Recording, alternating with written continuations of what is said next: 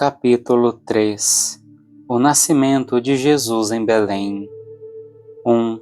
O quadro histórico e teológico da narração do nascimento no Evangelho de Lucas. Por aqueles dias saiu um édito da parte de César Augusto para ser recenseada toda a terra. Com estas palavras, Lucas introduz a sua narrativa sobre o nascimento de Jesus e explica por que ele aconteceu em Belém. Um recenseamento com a finalidade de determinar e depois cobrar os impostos. É a razão pela qual José com Maria, sua esposa que está grávida, se deslocam de Nazaré até Belém. O nascimento de Jesus na cidade de Davi situa-se no quadro da grande história universal. Embora o imperador nada saiba dessa gente simples que por causa dele tem de viajar no momento difícil, e assim aparentemente por acaso, o menino Jesus nascerá no lugar da promessa. Para Lucas, o contexto histórico universal é importante. Pela primeira vez é registrada toda a terra, o ecumene no seu todo. Pela primeira vez há um governo e um reino que abraçam o orbe. Pela primeira vez há uma grande área que vive em paz, onde os bens de todos podem ser registrados e postos ao serviço da comunidade. Só nesse momento em que se verifica uma comunhão de direitos e bens em larga escala e uma língua universal permite a uma comunidade cultural a compreensão no pensamento e na ação. Pode entrar no mundo uma mensagem universal de salvação, um portador universal de salvação. É realmente a plenitude dos tempos. Mas a ligação entre Jesus e Augusto situa-se numa profundidade ainda maior. Augusto não queria ser apenas mais um soberano, como os que houve antes dele e haveriam de vir depois. A inscrição de Pliene, que remonta no ano 9 a.C., faz-nos ver como Augusto queria ser visto e considerado. Lá se diz que o dia do nascimento do imperador conferiu uma fisionomia diversa a todo o mundo. Este teria ido à ruína se nele que nasceu agora não tivesse brilhado uma felicidade comum. A providência que divinamente dispõe a nossa vida cumulou este homem para a salvação dos homens, de tais dons que o mandou a nós e às gerações futuras como Salvador. O dia de nascimento do Deus foi para o mundo o início dos evangelhos com ele relacionados. A partir do seu nascimento, deve começar uma nova contagem do tempo. Com base num texto desse gênero, é claro que Augusto era visto não apenas como político, mas também como figura teológica, tendo em conta que a nossa separação entre política e religião, entre política e teologia, não existia de modo algum no mundo antigo. Já no ano 27 a.C., 3 anos depois da sua tomada de posse, o Senado romano tinha-lhe conferido o título de Augustus, em grego Sebastus, o Adorável. A inscrição na Pliene é chamado Salvador, enquanto na literatura era atribuído a Zeus, mas também a Epicuro e a Escalápio. Na tradução grega do Antigo Testamento, este título é reservado exclusivamente para Deus. Aplicado a Augusto, possui uma conotação divina. O imperador suscitou uma viragem no mundo e introduziu um novo tempo. Na quarta écloga do Virgílio, já encontramos essa esperança no mundo novo, a expectativa do regresso do paraíso. Embora Virgílio, como vimos, apresente um horizonte mais vasto, todavia sente-se influência do mundo como se concebia a vida na era de Augusto. Agora tudo deve mudar. Queria ainda sublinhar de modo particular 2 aspectos relevantes da percepção de si mesmo própria de Augusto e dos seus contemporâneos. O Salvador trouxe ao mundo, sobretudo, a paz. Ele mesmo mandou representar essa sua missão de portador de paz de forma monumental e para todos os tempos. Na Ara Pacis Augustis, cujos restos preservados evidenciam ainda hoje de maneira impressionante como a paz universal que ele garantiu por um certo tempo terá permitido às pessoas dar um profundo suspiro de alívio e esperar. A esse respeito, citando Antoni Volosky, Marius Reiser escreve: no dia 23 de setembro, aniversário do imperador, a sombra desse relógio de sol avançava de manhã à noite por cerca de 150 metros, direita sobre a linha do equinócio, precisamente até o centro da Ara Pacis. Há, portanto, uma linha direta que vai do nascimento desse homem a Pax, e assim se demonstra de modo visível que ele é natus ad pacem, nascido para a paz. A sombra provém de uma bola, e a bola é ao mesmo tempo a esfera do céu e também o globo da terra, símbolo do domínio sobre o mundo que agora foi pacificado. Aqui transparece o segundo aspecto da autoconsciência de Augusto, a universalidade que o próprio Augusto, uma espécie de narração da sua vida e da sua obra, o chamado Monumentum Anciranum, documentou com dados concretos e pôs em grande relevo. E assim chegamos de novo ao registro de todos os habitantes do Império. Fato esse que liga o nascimento de Jesus de Nazaré ao imperador Augusto. Acerca dessa cobrança dos impostos, o recenseamento, há uma larga discussão entre os estudiosos, em cujos detalhes não precisamos de entrar. Um primeiro problema ainda é bastante fácil de esclarecer. O recenseamento teve lugar no tempo do rei Herodes, o Grande, que porém morreu já no ano 4 a.C. O início da nossa contagem do tempo, a determinação do nascimento de Jesus, remonta ao monge Dionísios Exíguos, cerca do ano 550, que claramente errou alguns anos nos seus cálculos. Portanto, temos de fixar a data histórica do nascimento de Jesus alguns anos antes. Mas temos outras duas datas que causam grandes controvérsias. De acordo com Flávio Joséfo, a quem principalmente devemos os nossos conhecimentos da história judaica na época de Jesus, o recenseamento ocorreu no ano 6 d.C., sobre o governador Quirino, e porque nele se tratava em última análise de dinheiro, levou à insurreição de Judas, o Galileu. Além disso, a ação de Quirino no ambiente ciro-judaico ter-se-á verificado apenas naquele período e não antes. Estes fatos, porém, em si mesmos, não são seguros. Pelo menos há indícios de que Quirino, por encargo do imperador, já atuava por volta do ano 9 a.C. na Síria. Desse modo, revelam-se convincentes as indicações de diversos estudiosos, como por exemplo Alois Torger, segundo os quais o recenseamento nas circunstâncias de então se desenrolava lentamente, estendendo-se por alguns anos. Aliás, ele era efetuado em duas etapas. Primeiro, a inscrição de todas as propriedades em terras e imóveis, e depois, no segundo tempo, a determinação dos impostos concretos a pagar.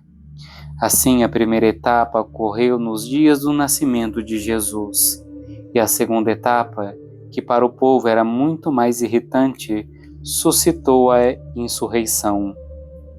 Por último, objetou-se também que para tal inventário não teria sido necessária a deslocação de cada qual à sua própria cidade, mas por várias fontes sabemos que os interessados deveriam apresentar-se nas localidades onde tinham terra de sua propriedade.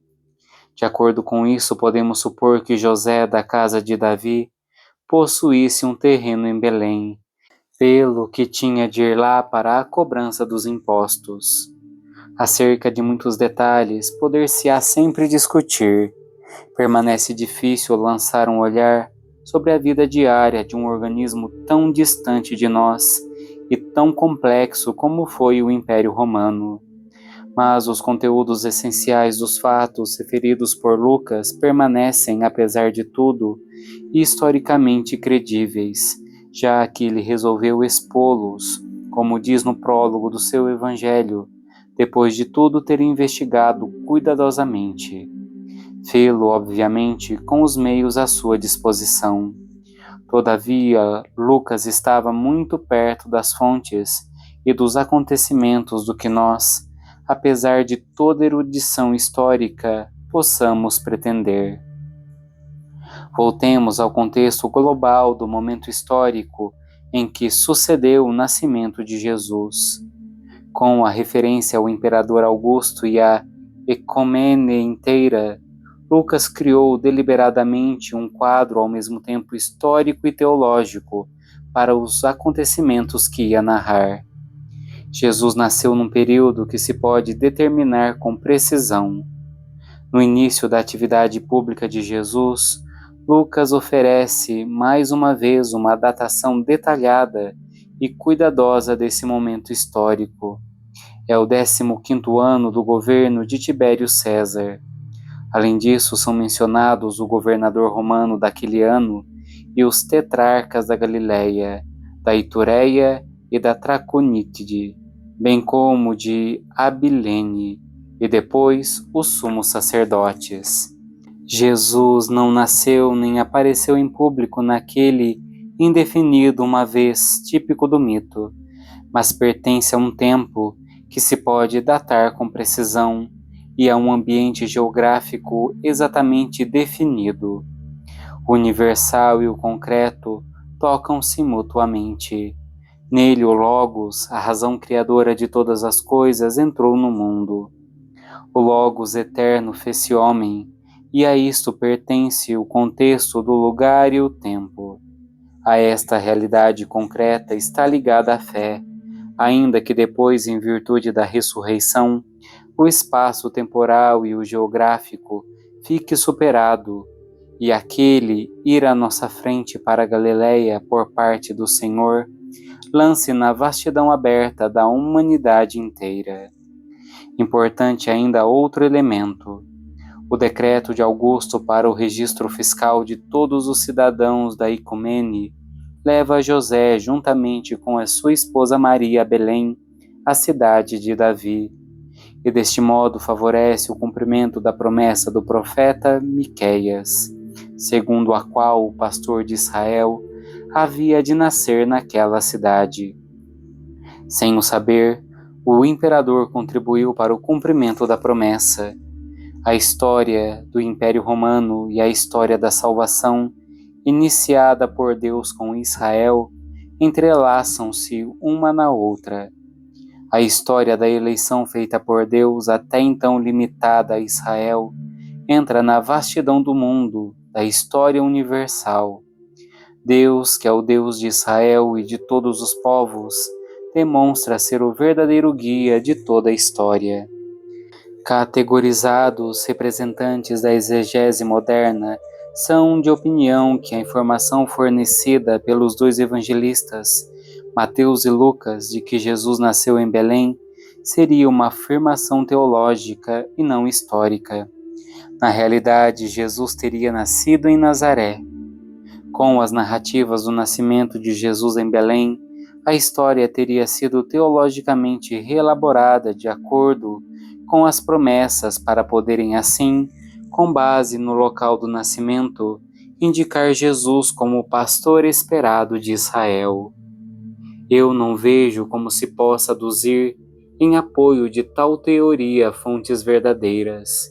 De fato, a propósito do nascimento de Jesus, não temos outras fontes além das narrativas da infância de Mateus e Lucas. Vê-se que os dois dependem de representantes de tradições muito diferentes. São influenciados por perspectivas teológicas diferentes. Inclusive, as suas informações históricas divergem parcialmente.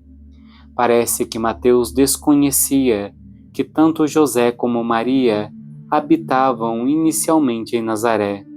Por isso, quando voltam do Egito, a intenção primeira de José é ir para Belém.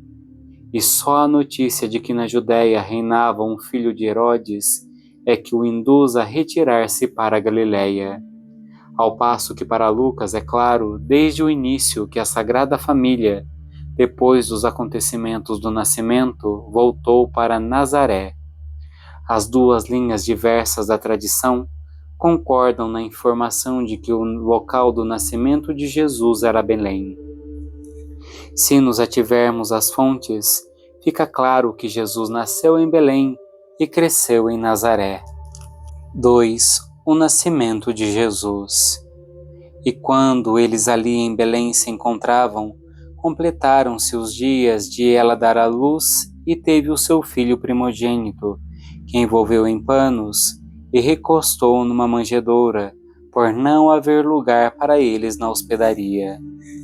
Começamos o nosso comentário a partir das últimas palavras desta frase, por não haver lugar para eles na hospedaria. A meditação na fé dessas palavras encontrou nessa afirmação um paralelismo íntimo com as palavras, cheias de profundo conteúdo que temos no prólogo de São João. Veio para o que era seu e os seus não o receberam. Para o Salvador do mundo, aquele para quem todas as coisas foram criadas, não há lugar. As raposas têm tocas e as aves do céu têm ninhos, mas o Filho do Homem não tem onde reclinar a cabeça. Aquele que foi crucificado fora da porta da cidade, também nasceu fora da porta da cidade. Tudo isso nos deve fazer pensar, nos deve recordar a inversão dos valores que se verifica na figura de Jesus Cristo, na sua mensagem. Desde o seu nascimento, Jesus não pertence àquele ambiente que, aos olhos do mundo, é importante e poderoso. E, contudo, é precisamente este homem, irrelevante e sem poder, que se revela como verdadeiramente poderoso, como aquele de quem, no fim de contas, tudo depende. Por conseguinte, faz parte do tornar-se cristão este sair do âmbito daquilo que todos pensam e querem, sair dos critérios predominantes para entrar na luz da verdade sobre o nosso ser e, com esta luz, alcançar o justo caminho. Maria colocou o menino recém-nascido numa manjedoura. Daqui, com razão, se deduziu que Jesus nasceu num estábulo, num ambiente pouco confortável. Vem-nos a tentação de dizer indigno, que todavia proporcionava a discrição necessária para o acontecimento sagrado. Desde então, na região em redor de Belém, se usaram as grutas como estábulo. Já no Mártir Justino e em Orígenes, se encontra a tradição segundo a qual o lugar do nascimento de Jesus terá sido uma gruta, que os cristãos na Palestina indicavam. O fato de Roma, depois da expulsão dos judeus da Terra Santa no segundo século, ter transformado a gruta num lugar de culto a Tammuz Adonis, pretendendo desse modo, evidentemente, suprimir a memória cultual dos cristãos, confirma a antiguidade de tal lugar de culto e mostra também a importância que lhe era atribuída pelos romanos. Muitas vezes as tradições locais são uma fonte mais atendível do que as informações escritas. Pode-se, portanto, reconhecer uma medida notável de credibilidade na tradição local de Belém, a qual está ligada à própria Basílica da Natividade. Maria envolveu o menino em panos. Sentimentalismos à parte, podemos imaginar o amor com que Maria aguardou a sua hora e terá preparado o nascimento do seu filho, A tradição dos ícones, com base na teologia dos padres, interpretou teologicamente também a manjedoura e os panos. O menino, rigidamente envolvido em panos, aparece como uma alusão antecipada à hora da sua morte. Jesus é desde o início imolado, como vemos de forma ainda mais detalhada ao refletir a propósito da palavra primogênito. Por isso a manjedoura era representada como uma espécie de altar. Agostinho interpretou o significado da manjedoura com um pensamento que pode, à primeira vista, parecer quase inconveniente, mas que, se examinado mais atentamente, encerra uma verdade profunda. A manjedoura é o lugar onde os animais encontram o seu alimento. Agora, porém, jaz na manjedoura aquele que havia de apresentar-se a si mesmo como verdadeiro pão descido do céu, como verdadeiro alimento de que o homem necessita para ser pessoa humana. É o alimento que dá ao homem a vida verdadeira, a vida eterna. Dessa forma, a manjedoura torna-se uma alusão à mesa de Deus, para o qual é convidado o homem a fim de receber o pão de Deus. Na pobreza do nascimento de Jesus, delineia-se a grande realidade em que misteriosamente se realiza a redenção dos homens. Como se disse, a manjedoura faz pensar nos animais que encontram nela o seu alimento. Aqui no Evangelho não se fala de animais, mas a meditação guiada pela fé, lendo o Antigo e o Novo Testamentos correlacionados, não tardou a preencher essa lacuna, reportando-se a Isaías 1, versículo 3. O boi conhece o seu dono, e o jumento o estábulo do seu senhor. Mas Israel, meu povo, nada entende. Peter Stumacher observa que provavelmente teve influência também a versão grega de Abacuque 3, versículo 2. No meio de dois seres vivos, tu serás conhecido. Quando vier o tempo, tu aparecerás. Aqui, com os dois seres vivos, entende-se evidentemente os dois querubins, que no segundo Êxodo 25, versículos 18 e 20, estavam colocados sobre a cobertura da Arca da Aliança, indicando e simultaneamente escondendo a presença misteriosa de Deus. Assim, a manjedoura tornar-se-ia, de certo modo, a Arca da Aliança, na qual Deus, misteriosamente guardado, está no meio dos homens, e à vista da qual chegou, para o boi e o burro, para a humanidade formada por judeus e gentios, a hora do conhecimento de Deus. Portanto, na singular conexão entre Isaías 1, versículo 3, Abacuque 3, versículo 2, Êxodo 25, versículos 18 ao 20 e a manjedoura, aparecem os dois animais como representação da humanidade, por si mesma desprovida de compreensão, que diante do menino, diante da aparição humilde de Deus no estábulo, chega ao conhecimento, e na pobreza de tal nascimento, recebe a epifania que agora a todos ensina a ver. Bem depressa a iconografia cristã individuou este motivo. Nenhuma representação do presépio prescindirá do boi ou do jumento. Depois dessa pequena divagação, voltemos ao texto do Evangelho. Nele lemos que Maria teve o seu primogênito. Que significa isto? O primogênito não é necessariamente o primeiro de uma série em sucessão. O termo primogênito não alude a uma numeração em ato, mas indica uma qualidade teológica expressa nas mais antigas coleções de leis de Israel. Nas prescrições relativas à Páscoa, aparece essa frase: O Senhor falou a Moisés dizendo: Consagra-me todo o primogênito, aquele que abre o ventre materno entre os filhos de Israel, dos homens e dos animais.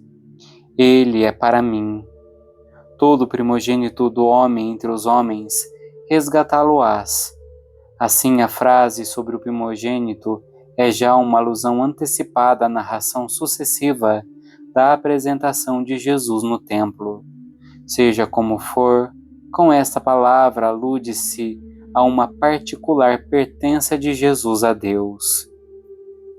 A teologia paulina, em 2 etapas, desenvolveu ainda mais este pensamento de Jesus como primogênito. Na carta aos Romanos, Paulo designa Jesus como o primogênito de muitos irmãos.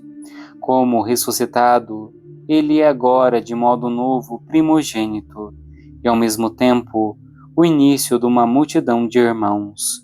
No novo nascimento da ressurreição, Jesus já não é apenas o primeiro na ordem da dignidade, mas é aquele que inaugura uma nova humanidade. Agora, depois de se dar o derrube da porta férrea da morte, são muitas as pessoas que por ela podem passar juntamente com ele. Todos aqueles que no batismo morreram e ressuscitaram com ele. Na carta aos Colossenses, esse pensamento é ampliado ainda mais. Cristo é designado como primogênito de toda criatura, e o primogênito de entre os mortos. Todas as coisas foram criadas por ele. É ele o primeiro em tudo. O conceito de primogenitura adquire uma dimensão cósmica. Cristo, o Filho encarnado, é, por assim dizer, a primeira ideia de Deus e antecede toda a criatura, que está ordenada para ele e a partir dele.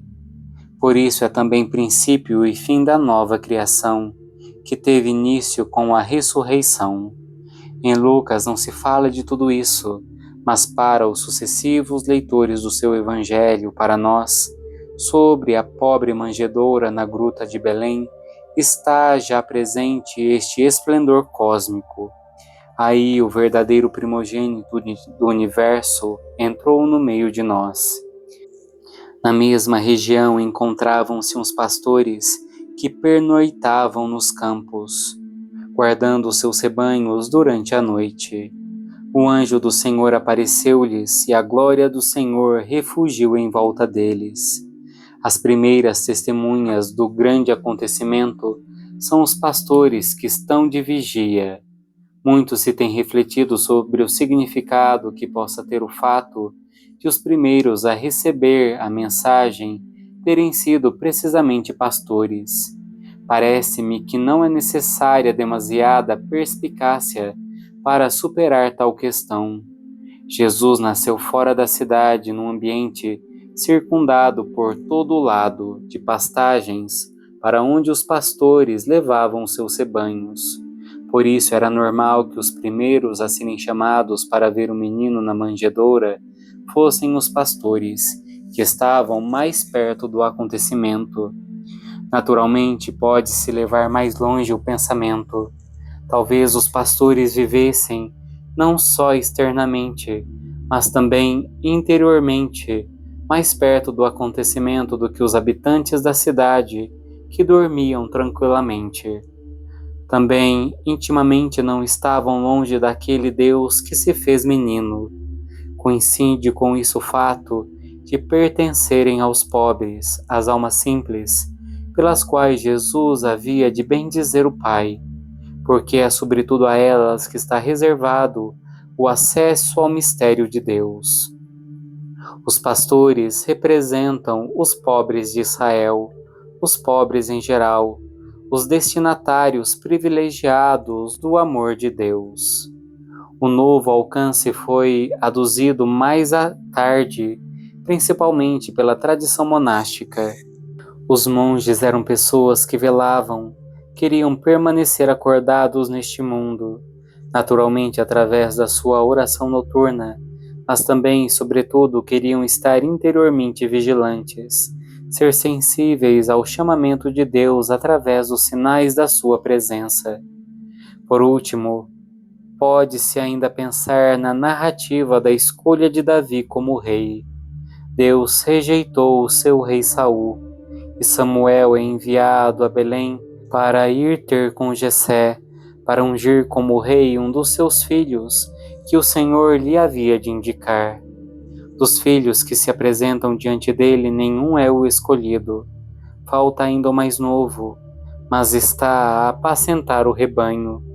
Explica Jessé ao profeta. Samuel manda-o chamar da pastagem, e por indicação de Deus urgem o jovem Davi na presença dos seus irmãos. Davi vem do meio das ovelhas que apacenta, e é constituído pastor de Israel.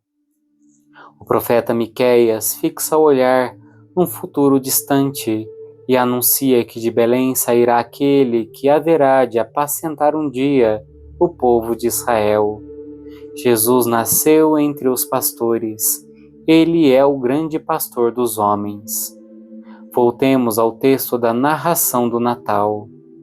O anjo do Senhor aparece aos pastores, e a glória do Senhor envolve-os de luz. E tiveram muito medo. Mas o anjo dissipa o medo neles e anuncia-lhes uma grande alegria, que o será para todo o povo. Hoje, na cidade de Davi, nasceu-vos um Salvador, que é o Messias Senhor. Como sinal é-lhes dito, hão de encontrar um menino envolto em panos e deitado numa manjedoura. De repente juntou-se ao anjo uma multidão do exército celeste, louvando a Deus e dizendo: Glória a Deus nas alturas e paz na terra aos homens do seu agrado. O evangelista afirma que os anjos dizem, isto é, falam, mas desde o início, para os cristãos, era claro que este falar dos anjos é um cântico, no qual todo o esplendor da grande alegria por eles anunciada se torna sensivelmente presente. E assim, a partir daquele momento, nunca mais cessou o cântico de louvor dos anjos. Continua através dos séculos, sob formas sempre novas, e na celebração do Natal de Jesus, ressoa sempre de novo. Bem compreensível é que o povo simples dos crentes tenha depois ouvido cantar também os pastores, e na noite santa se junte às suas melodias desde então até o fim dos tempos, exprimindo a todos com o canto a grande alegria. Mas, segundo a narração de São Lucas, que cantaram os anjos, eles unem a glória de Deus nas alturas, a paz dos homens na terra. A Igreja retomou estas palavras e com elas compôs o hino inteiro. Nos detalhes, porém, é controversa a tradução das palavras do anjo. O texto em latim que nos é familiar até pouco era traduzido assim: Glória a Deus nas alturas e paz na terra aos homens de boa vontade. Mas essa tradução é rejeitada pelos exegetas modernos e com boas razões, enquanto unilateralmente moralizante. A glória de Deus não é algo que os homens possam produzir.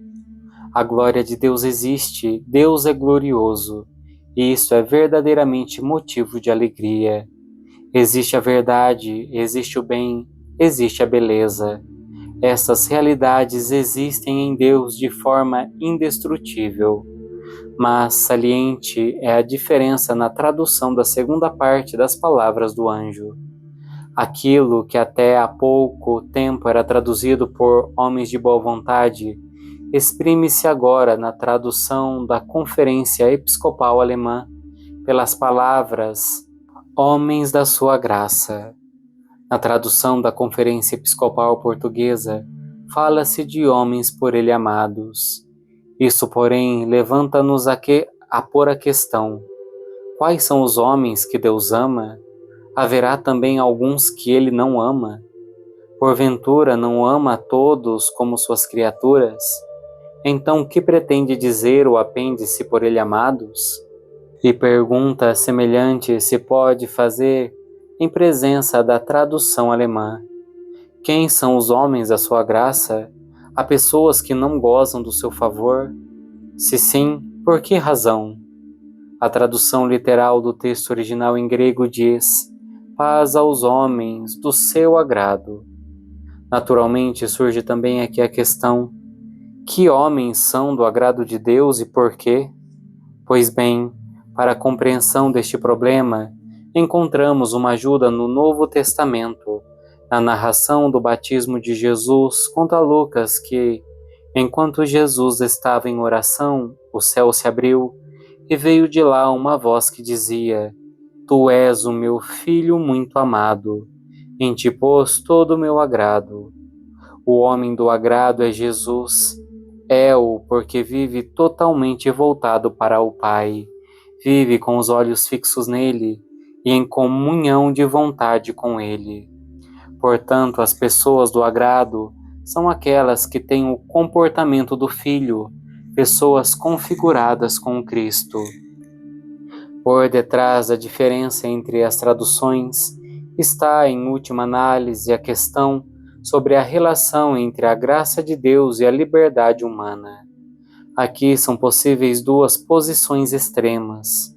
Num extremo, temos a ideia da exclusividade absoluta da ação de Deus, de modo que tudo depende da sua predestinação. No outro extremo, entretanto, aparece uma posição moralizante, segundo a qual, no fim das contas, tudo é decidido por meio da boa vontade do homem. A tradução anterior, que fala dos homens de boa vontade, podia ser mal interpretada nesse sentido. A nova tradução pode ser mal interpretada no sentido oposto, como se tudo dependesse unicamente da predestinação de Deus. Todo o testemunho da Sagrada Escritura não deixa nenhuma dúvida sobre o fato de que nenhuma nem outra dessas posições extremas é correta. Graças à liberdade, compenetram-se mutuamente e não podemos encontrar fórmulas claras para exprimir o seu operar uma na outra. A verdade é que não poderíamos amar se não fôssemos primeiro os amados por Deus. A graça de Deus sempre nos precede, abraça e sustenta. Mas é verdade também que o homem é chamado a tomar parte neste amor. Ele não é um simples instrumento sem vontade própria da onipotência de Deus. Pode amar em comunhão com o amor de Deus, mas também pode recusar esse amor. Parece-me que a tradução literal do agrado ou do seu agrado é a que melhor respeita este mistério, sem o dissolver unilateralmente. Quanto à glória nas alturas, obviamente resulta determinante aqui o verbo é. Deus é glorioso, é a verdade indestrutível, a beleza eterna. Trata-se da certeza fundamental e consoladora da nossa fé. Mas aqui também, segundo os 3 primeiros mandamentos do Decálogo, existe subordinadamente uma tarefa que nos cabe: empenhar-nos para que a grande glória de Deus não seja desonrada nem deturpada no mundo, para que se preste a devida glória à sua grandeza e à sua santa vontade. Temos agora de refletir sobre um outro aspecto da mensagem do anjo. Nela aparecem as categorias de fundo que caracterizam a compreensão de si mesmo e a visão do mundo que tinha o imperador Augusto, Salvador, Paz Ecumene, aqui naturalmente alargadas para além do mundo mediterrâneo e referidas ao céu e à terra, e ainda a Boa Nova. De certeza que não são casuais este paralelismo. Lucas quer dizer-nos que aquilo que o imperador Augusto pretendeu para si se realiza de modo mais sublime no menino que nasceu indefeso e sem poder na gruta de Belém e cujos hóspedes foram pobres pastores. Com razão, sublinha Heiser que no centro de ambas as mensagens está a paz, e que sob este aspecto, a Pax Christi não está necessariamente em contraste com a Pax Augusti, mas a paz de Cristo supera a paz de Augusto, como o céu se eleva acima da terra. Por conseguinte, a comparação entre os dois gêneros de paz não deve ser considerada unilateralmente polêmica. Com efeito, Augusto trouxe 250 anos de paz e segurança jurídica e um bem-estar com que hoje muitos países do antigo Império Romano apenas podem sonhar. A política é absolutamente deixado o espaço que lhe é próprio e a sua própria responsabilidade.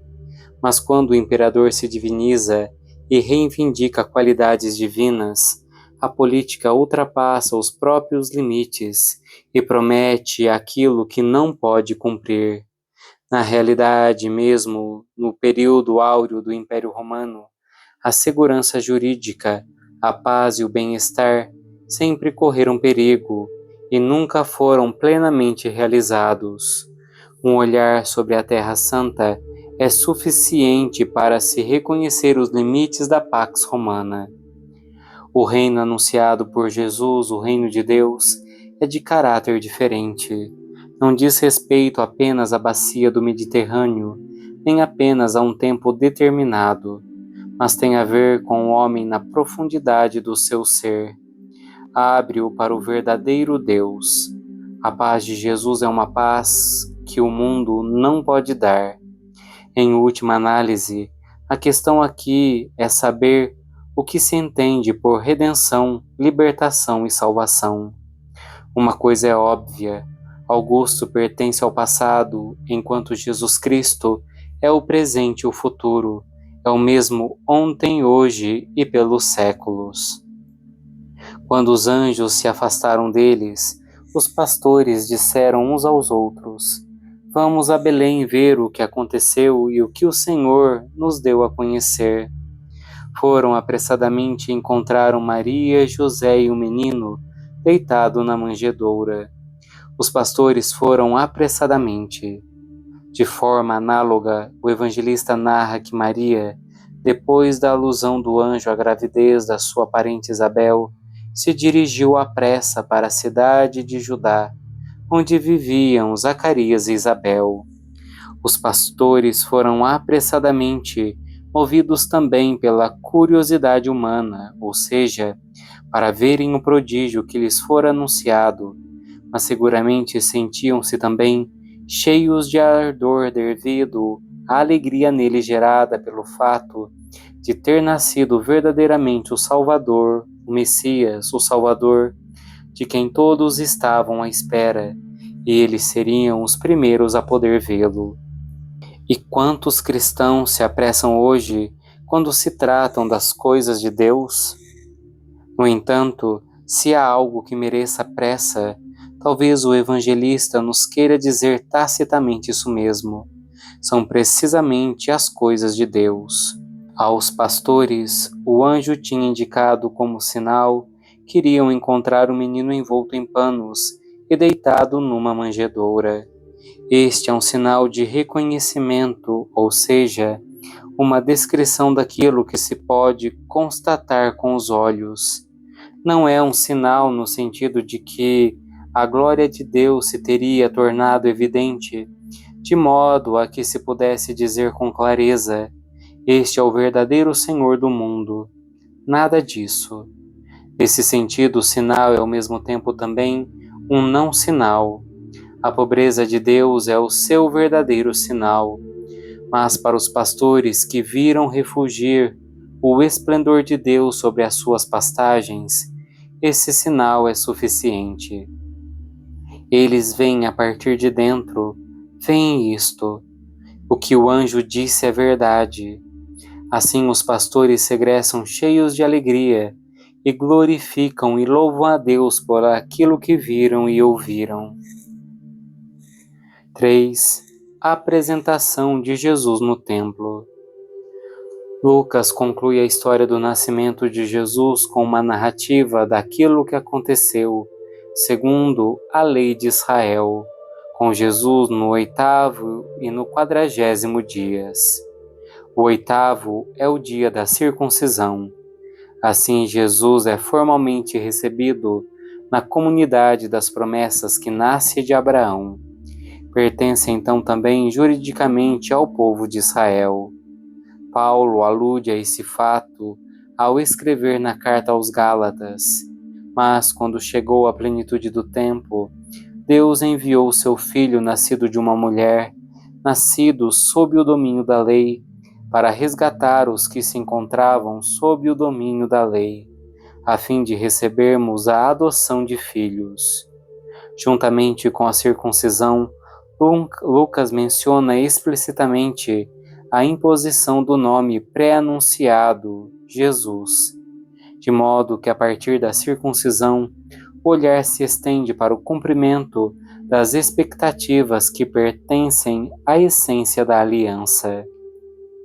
Do 40º dia, fazem parte 3 acontecimentos: a purificação de Maria, o resgate do filho primogênito Jesus, através de um sacrifício prescrito pela lei, e a apresentação de Jesus no templo. Na narrativa da infância, tanto no seu conjunto como nessa passagem do texto, pode-se facilmente reconhecer o fundamento judaico-cristão da tradição da família de Jesus. Ao mesmo tempo, porém, constata-se que tal fundamento foi reelaborado por um redator que escreve e pensa de acordo com a cultura grega e que se pode logicamente identificar com o próprio evangelista Lucas. Nesta redação, torna-se visível, por um lado, que o seu autor não possuía um conhecimento preciso da legislação do Antigo Testamento e, por outro, que o seu interesse não estava nos detalhes da legislação, concentrando-se antes no núcleo teológico do acontecimento que ele pretendia manifestar aos seus leitores. No livro do Levítico, está estabelecido que uma mulher, depois do parto de uma criança do sexo masculino, fica impura, isto é, excluída dos atos litúrgicos, durante 7 dias. No 8º dia, o menino deve ser circuncidado e a mulher permanecerá ainda 33 dias em sua casa para se purificar do seu sangue. Em seguida, ela deve oferecer um sacrifício de purificação, um cordeiro como holocausto e um pombinho ou uma rola pelo pecado. As pessoas pobres devem dar apenas 2 rolas ou 2 pombinhos. Maria ofereceu o sacrifício dos pobres. Lucas, cujo evangelho inteiro é permeado por uma teologia dos pobres e da pobreza, faz-nos compreender aqui uma vez mais e de forma inequívoca que a família de Jesus se encontrava entre os pobres de Israel. Faz-nos compreender que era precisamente entre eles que podia maturar o cumprimento da promessa. Também aqui percebemos de novo aquilo que quer dizer nascido sob o domínio da lei. Que significado tem o fato de Jesus dizer a João Batista que deve ser cumprida toda a justiça. Maria não necessita de ser purificada depois do parto de Jesus. Esse nascimento traz a purificação do mundo, mas ela obedece à lei, e é precisamente assim que está ao serviço do cumprimento das promessas. O segundo acontecimento que se verifica é o resgate do primogênito, que é propriedade incondicional de Deus. O preço do resgate eram 5 siclos e podia ser pago em todo o país ou a qualquer sacerdote. Lucas começa por citar explicitamente o direito de reserva que Deus tinha sobre o primogênito. Todo primogênito varão será consagrado, isto é, pertence ao Senhor. Mas o fato peculiar da sua narrativa é que então ele não fala do resgate de Jesus, mas de um terceiro acontecimento, ou seja, a entrega, a apresentação de Jesus. Pretende evidentemente dizer: este menino não foi resgatado, nem voltou à propriedade dos pais.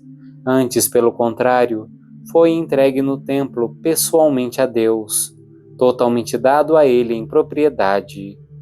O termo paristanai, traduzido aqui apenas por apresentar, significa também oferecer, aplicando-se aos sacrifícios feitos no templo. Nisto se vislumbra o elemento do sacrifício e do sacerdócio. A propósito do ato de resgate prescrito pela lei, Lucas não diz nada. Em lugar disso, evidencia-se o contrário, a entrega do menino a Deus, a quem deve pertencer totalmente. Para nenhum dos referidos atos prescritos pela lei, era necessário apresentar-se no templo. Mas para Lucas, precisamente essa primeira introdução de Jesus no templo, como lugar do acontecimento, é essencial. Aí, no lugar do encontro entre Deus e o seu povo, em vez do ato de retomar o primogênito, tem lugar a oferta pública de Jesus a Deus, seu Pai. Depois deste ato cultual, no sentido mais profundo da palavra, Lucas coloca uma cena profética. O velho profeta Simeão e a profetisa Ana, movidos pelo Espírito de Deus, aparecem no templo e saúdam como representantes do Israel crente o Messias do Senhor. Simeão é descrito com 3 qualidades: justo, piedoso e expectante da consolação de Israel. Na reflexão sobre a figura de São José, vimos o que é um homem justo, um homem que vive na e da palavra de Deus, que vive na vontade de Deus, tal como está expressa na Torá. Simeão é piedoso, vive numa atitude de íntima abertura a Deus, interiormente próximo do templo, vive no encontro com Deus e espera a consolação de Israel. Vive voltado para a realidade redentora, para aquele que deve vir. No termo consolação, ecoa a afirmação joanina sobre o Espírito Santo. Ele é o Paráclito, o Deus Consolador. Simeão é alguém que espera e aguarda, e é precisamente por isso que já repousa sobre ele o Espírito Santo. Poderíamos dizer que é um homem espiritual, e por isso sensível aos apelos de Deus, à sua presença. Desse modo, fala então também como profeta. Primeiro, toma o menino Jesus nos braços e bendiz a Deus, dizendo: Agora, Senhor, segundo a tua palavra, deixarás ir em paz o teu servo. O texto, tal como Lucas nos transmite, já está liturgicamente formado. Nas igrejas do Oriente e do Ocidente, desde os tempos antigos, ele faz parte da oração litúrgica da noite. Juntamente com o Benedictus e o Magnificat, também eles, transmitidos por Lucas na narrativa da infância, pertencem ao patrimônio de orações da mais antiga igreja judaico-cristã, sobre cuja vida litúrgica repleta de espírito, podemos aqui lançar brevemente um olhar. No texto dirigido a Deus, o menino Jesus é designado como a tua salvação, e ecoa a palavra Soter, Salvador, que tínhamos encontrado na mensagem do anjo na noite santa. Neste hino, fazem-se 2 afirmações cristológicas. Jesus é luz para se revelar às nações, e existe para a glória de Israel, teu povo. Ambas as expressões são extraídas do profeta Isaías. Aqui fala da luz para iluminar as nações, provém do primeiro e do segundo cânticos do servo de Yahvé. Assim, Jesus é identificado como servo de Yahvé, que no profeta aparece como uma figura misteriosa que aponta para o futuro. Pertence à essência da sua missão, à universalidade, à revelação às nações, as quais o servo leva à luz de Deus. A referência à glória de Israel encontra-se nas palavras de consolação que o profeta dirige a Israel apavorado, anunciando-lhe uma ajuda pela força salvífica de Deus. Depois de ter louvado a Deus com o menino nos braços, Simeão dirige-se a Maria, a quem, depois das alusões jubilosas sobre o menino, anuncia uma espécie de profecia da cruz. Jesus está aqui para a queda e ressurgimento de muitos em Israel e para ser sinal de contradição. Por fim, é reservada à mãe uma predição muito pessoal. Uma espada trespassará a tua alma. A teologia da glória está indizivelmente ligada à teologia da cruz. Pertence ao servo de Javé a grande missão de ser o portador da luz de Deus para o mundo. Mas essa missão cumpre-se precisamente na escuridão da cruz. No horizonte de fundo da frase sobre a queda e o ressurgimento de muitos em Israel, está a alusão a uma profecia extraída de Isaías 8, versículo 14, na qual o próprio Deus é indicado como uma pedra em que se tropeça e cai. Assim, precisamente no oráculo sobre a paixão, aparece a profunda ligação de Jesus ao próprio Deus. Deus e a sua palavra, Jesus, a palavra viva de Deus, são sinais e desafiam a uma decisão. A contradição do homem a Deus permeia toda a história. Jesus revela-se como verdadeiro sinal de Deus, precisamente tomando sobre si, atraindo assim a oposição a Deus até a oposição da cruz. Aqui não se fala de algo passado. Todos nós sabemos até que ponto atualmente Cristo é sinal de uma contradição, que em última análise tem em vista o próprio Deus. Sempre de novo, o próprio Deus é visto como a limitação da nossa liberdade, uma limitação que tem de ser eliminada para que o homem possa ser completamente ele mesmo. Deus, com a sua verdade, opõe-se à múltipla mentira do homem, ao seu egoísmo e à sua sombra. Deus é amor, mas o amor também pode ser odiado quando exige do homem que saia de si próprio para ir além de si mesmo. O amor não é um sentimento romântico de bem-estar. Redenção não é bem-estar, um mergulho na autocomplacência, mas libertação do autofechamento no próprio eu. Essa libertação tem como preço o sofrimento da cruz. A profecia sobre a luz e a afirmação acerca da cruz caminham juntas. No fim, como vimos, este oráculo sobre o sofrimento torna-se muito concreto. Torna-se uma palavra dirigida diretamente a Maria. Uma espada trespassará a tua alma.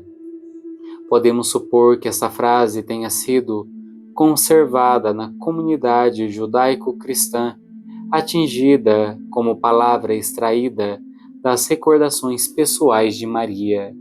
E lá sabia-se com base na mesma recordação o significado concreto que tivera essa frase, mas também nós podemos sabê-lo juntamente com a igreja crente e orante. A oposição ao filho atinge também a mãe e penetra o seu coração. A cruz da contradição radical torna-se para ela espada que lhe traspassa a alma. De Maria podemos aprender a verdadeira compaixão, livre de qualquer sentimentalismo, acolhendo como próprio o sofrimento alheio. Entre os padres da Igreja, considerava-se a insensibilidade e a indiferença face ao sofrimento alheio como típica do paganismo. A isto a fé cristã contrapõe a Deus que sofre com os homens e deste modo nos atrai na compaixão. A Mater dolorosa, a mãe com a espada no coração, é o protótipo desse sentimento fundamental da fé cristã.